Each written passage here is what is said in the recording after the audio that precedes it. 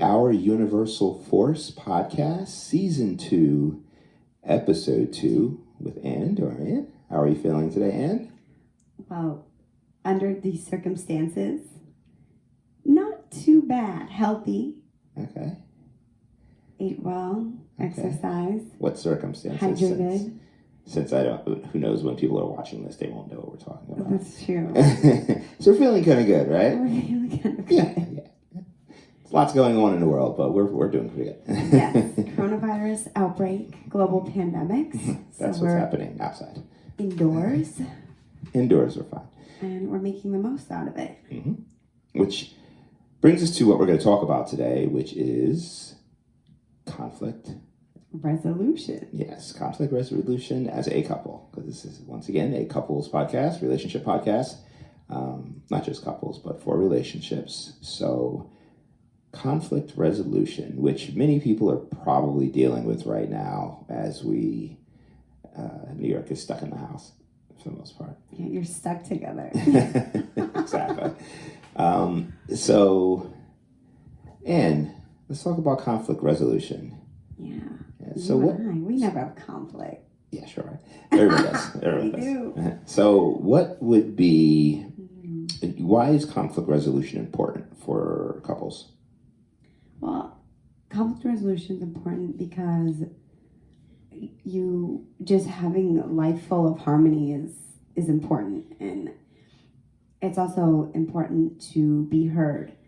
So I know whenever we have conflict, most of the times I think I'm right. I'm trying to prove my point and trying to drive that into the ground more and more and more doesn't do much good. So giving each other space to felt heard, and then learning to accept that your partner has another point of view is really important. And it's something that takes practice, and it's something that we go through. Right. I agree with that.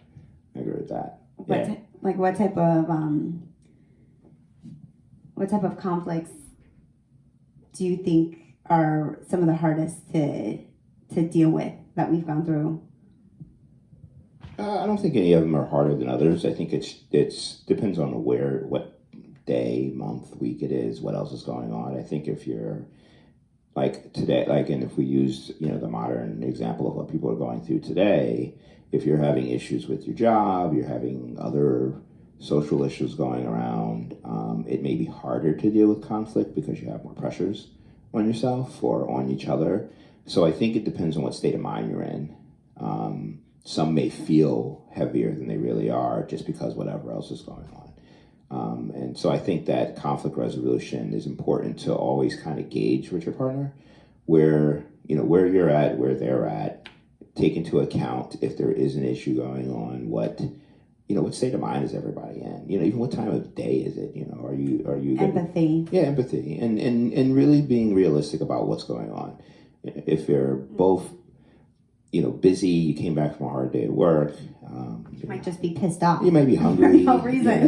Yeah, you could be hangry for whatever it is, and that may you may need to do a different type of conflict resolution for a problem, or it might not be the right time, as compared to you've been having a good day, but there's this issue that's kind of systemic that's sitting there, and you're like, okay, we should probably talk about this while we're in a great mood and while we're vibing and connecting. Mm-hmm.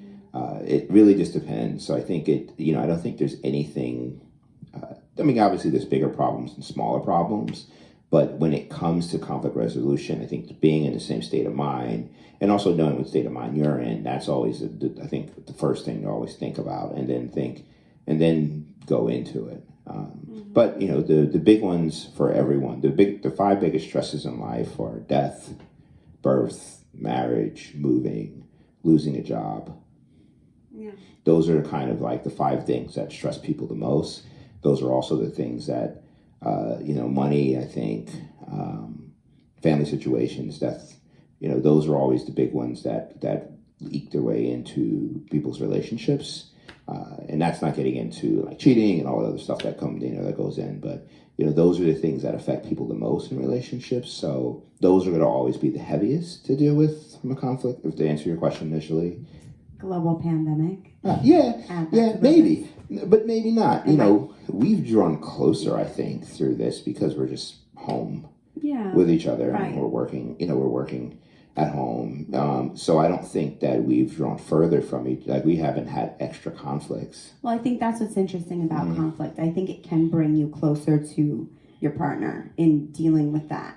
And I think that for us, having our conflicts be a point of communication and sharing what it is we might be going through. Like you're saying, there could be something we're personally going through that our partner doesn't necessarily know about, like in situations where you might not know what's going on through my head, but it could be something that's systemic or that's been stressing me out even for my whole life that has come up again. So there's certain things that I think, number one, I have to deal with on my own, and then two, you coming from a point of empathy and understanding, but also in a way knowing what it is right at hand that I have on my mind, Right. and talking about it. Right. And that's brought us closer together, having that open communication. Mhm. And I agree with that. That's communication, and that part I think is really important. That's the most, to me, that's the most important part is the communication, is that you have to communicate. So if you have open communication, the conflict, even though you might have an issue within a relationship or something that's happening, as you mentioned, that even may be systemic, but if you have the communication, the issue isn't really the problem as much, or I shouldn't say that. You can talk about the issue without making it a bigger problem than what it needs to be. You can communicate, and that's really it when it comes down to. If you can openly communicate, you can get through, or at least have each person be able to share what they feel, talk about, or just listen, whatever it is. And I think that's always going to be the first starter. Or the second piece, is really communicating, being able to say, okay, how do we communicate this? When do we communicate this? Yeah, so you talked about that a little bit earlier when you said, like, is now a time to talk about whatever the issue is. So when is the best time to talk about conflicts? It's a communication piece. It depends on the relationship. If every relationship's different. Some people live together, some people don't live together. Some people do long distance. You might have kids, you might have family that lives with there's a lot of different scenarios that can go on. We're, fortunate in the sense that we have a lot of private time where it's just us. So we can, in our schedule, we work our schedule well together. So we can decide, this is our date night. We probably shouldn't talk about any issues going, for tonight, but we know tomorrow we're going to be home all day and we can pick a time that works. We can read each other's schedules well. Everyone's relationships are different. If people work opposite schedules, you got to find a time where both people are going to be in a good state of mind. If you have kids, it might not be till the middle of the night when your kids are asleep.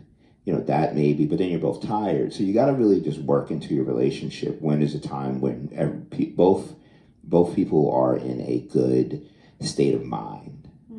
And if you find it, there's never a time where both people are in a good state of mind. You might have to plan it and say, we should decide that, we're going to talk about things at a relationship on this particular day.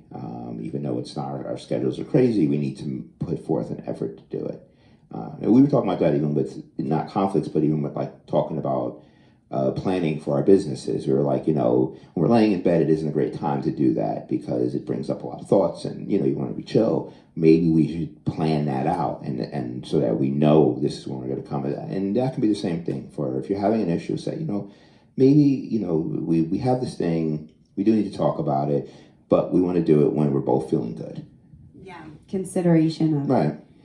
what's going on in your couple's life right. instead of I just need to get this thought out of my head right now, right? Which is something I've had to work at because I just want to talk all the time right. and share with you everything that's going on in my head. Right, and I don't mind that though. Personally, I'm the kind of person that we could talk about anything on any time. I never really say I never really say let's talk about this later. Maybe if I'm working. That would be the only time where it wouldn't be probably a good time. But otherwise, it's for me. It's if it's important, then it should just be talked about. but but that's not everybody, and not everybody's relationship works that way. I do think it's important to learn to internalize some of your, like, whatever it is, anger, jealousy, frustration, just competitive attitude, whatever it is. Because I think that a lot of conflict is rooted in your own experience, or at least the way you express it. Right. Not always. Mm-hmm. Like, there are things that have to be worked out amongst each other if you're willing to be in a partnership long term. But the first step, I think, or one of those steps, is to check in with yourself beyond like the structure and time of what it is you're doing as a couple, but checking in with yourself and ensuring that you have like your understanding of what it is you're going through in place, so then you can talk about that. You can express that. Right. I can express that to you. Mm-hmm. This is where I'm coming from. I'm working on it. Mm-hmm. Right. Just so you know. Right.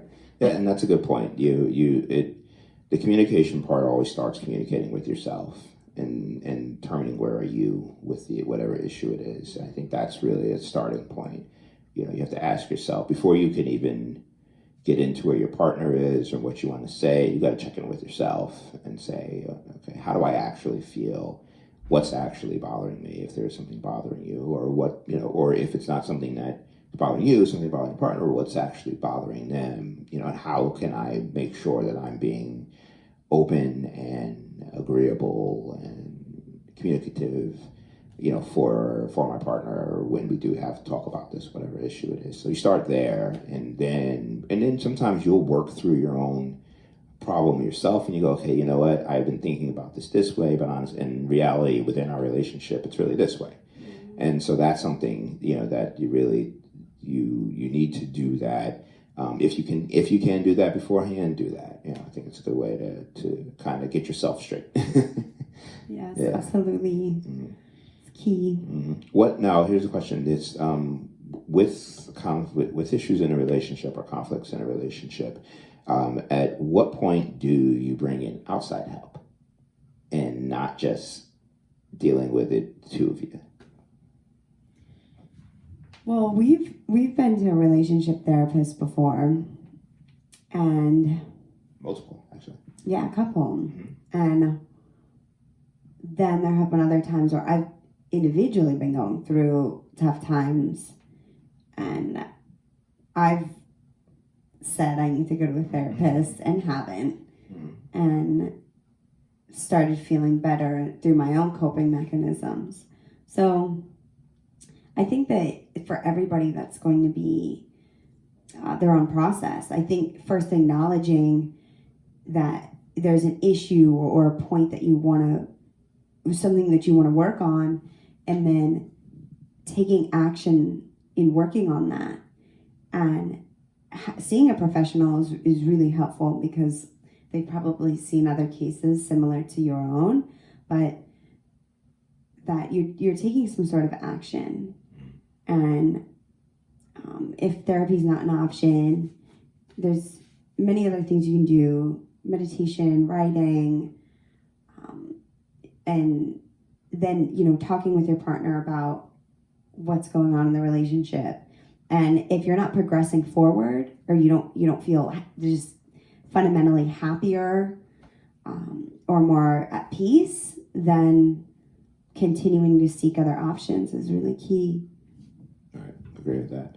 Yeah, I definitely agree that at some point you may need to look outside of yourself and look outside of just your partner for help with going through some of the emotions and things that happen when you're coping with an issue. But also to and look to people who may be of help to you. Family can be, not everyone's. Some people don't have that option. Friends could be. There are many different options for people who you can at least sometimes just talk. Mm-hmm. Not even if you're not going to get necessarily a resolution for things, but be able to communicate. Because I find that when we do therapy, we go to relationship therapies, we sometimes it's just a talking, being able to talk with a third person in the room, because it's different than what you say to yourself. It's a little bit different than when it's just the two of us. You're explaining it, you're having to explain something. And when you have to explain it, you have to work through kind of the thought of, what am I trying to actually say? What's actually an important part of this?